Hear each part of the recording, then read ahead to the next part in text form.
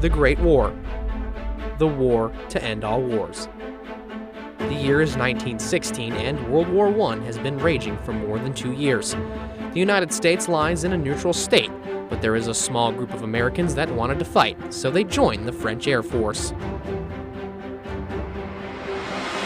The advantage of the Lafayette Escadrille is they were the first American flyers to join World War I before the United States was even actually involved. They went over there all on their own. There was an American doctor in Paris who set them up. He was the liaison with the French Air Force. Many of them wound up taking commissions in the Foreign Legion to get involved, and then there were others joined the ambulance service first to get over there. Most of them were college graduates. Most of them were Ivy Leaguers. Most of them came from very wealthy families. Because one of the criteria was, one, an interest in France, and then two, the ability to speak French. And they went over there, and those that did not know how to fly, the French taught them how to fly. Learning to fly a fighter aircraft at the turn of the 20th century that was common to have daily engine failure was perilous in itself. But then when you take how the French taught their pilots to fly, well, it was by the seat of their pants, to say the least. So the way the Americans were trained that went over to France to do the thing, used to put them in a Blériot with a small engine and the wings chopped. And they get them started up that. He taxied the thing around the ground for a little bit until they got used to handling on the ground and how the engine worked. And he talked to the guys, he'd say, okay, your next step was a bigger engine, more wing. And now you do hops. And after you did a few of these, you'd talk to your French instructor, and he'd talk to you some more, and he'd tell you what was going to happen next. He would pat you on the shoulder and go, bonne chance, and you would launch solo and fly around in a full-size airplane for the first time, all by yourselves.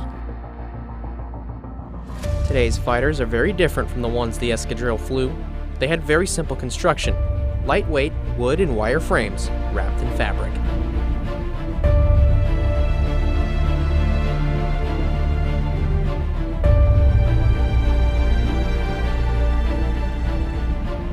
The airplane they flew is very similar to, as a matter of fact, later on they flew the airplane that's behind me.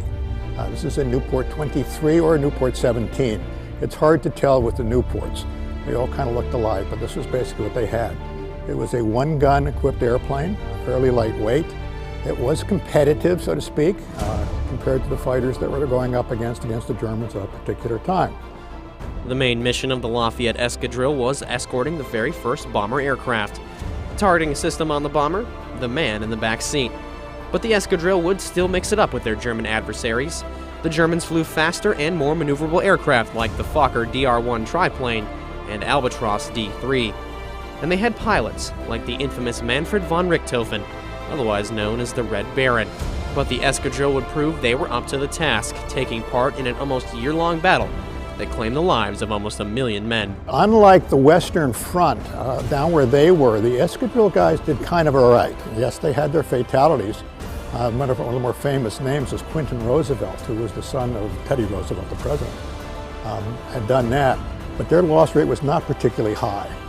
The life of a new pilot on the Western Front was 2 weeks. It kind of applied and kind of didn't. There were periods where the loss rates were terrific, but the Escadrille didn't suffer particularly badly. As the war in Europe raged, the Escadrille were becoming somewhat of a legend back in the United States. They were being published in newspapers and magazines, and that legend became greater by the addition of their mascots. They were in Paris, they visited someplace, and they wound up buying a lion cub. And they said, now this is kind of interesting. They did a lion cub back as kind of a mascot. It was named Whiskey. They called it Whiskey after that, and then somebody else on another trip decided that it was lonesome, and they bought another lion cub, and that was Soda. So they had 2 lion cubs, named Whiskey and Soda. And after the lion cubs got to it, actually they get to a fair size before they finally had to turn it back into a zoo someplace and do it. But there's pictures of these guys playing with these almost full-grown lions, which is a rather interesting thing. Whiskey and Soda, the Lafayette Escadrille mascots.